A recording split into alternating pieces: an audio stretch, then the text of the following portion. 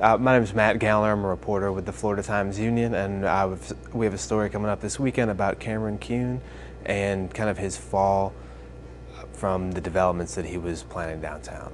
He's an Orlando developer. A lot of people in Orlando, city leaders down there, consider him one of the major catalysts in redeveloping downtown.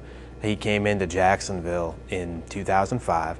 He bought 3 buildings real quick, bought another 3 buildings later on, and had a lot of grand plans for Jacksonville that right now haven't yet panned out. First, he bought the SunTrust Tower across from the landing, and he also bought some land across from there that he was going to build a 33-story hotel and condo development there. It was going to be, and I guess it still sort of is, the Riverwatch at City Center, and that included the SunTrust Tower and the building that hasn't yet come out of the ground and looks like will not come out of the ground.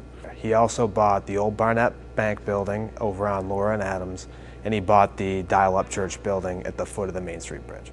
He bought what's called the Laura Trio. It's 3 historic buildings downtown that have been vacant for a while. It's the Bisbee building, the Florida Life building, and the Marble Bank building. They're all right around the corner, or right across the street from the old Barnett Bank building. He was going to renovate those into office condos and also build a parking garage on the side that would accommodate all the projects right around there. Here was a guy who had done this in Orlando.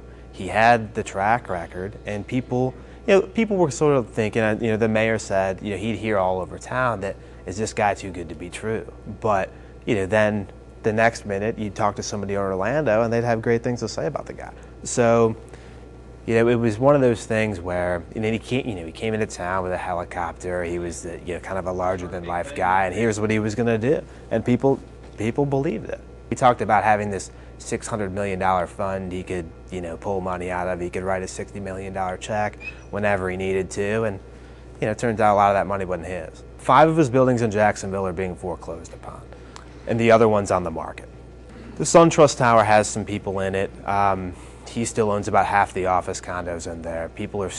The other owners are suing Cameron because they allege that he did not pay into the condo association, which means they almost had the power cut off in the building. The security guards took off, and there was a lot of things that weren't getting done because he wasn't paying into that.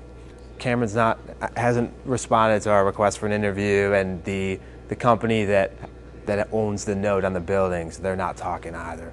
There's talk of settlements that what they're going to try and do is work some kind of deal out where who knows what happened with the buildings. The city's been sending some people to the lender. They're up in Chicago. They've been finding people that are interested in the buildings and kind of passing their name along and saying, why don't you get in touch with them? Because this is a time, Ron Barton, the head of the Economic Development Commission in Jacksonville, says, this is a time where people might be able to get a bargain on some of these buildings, and things might work out.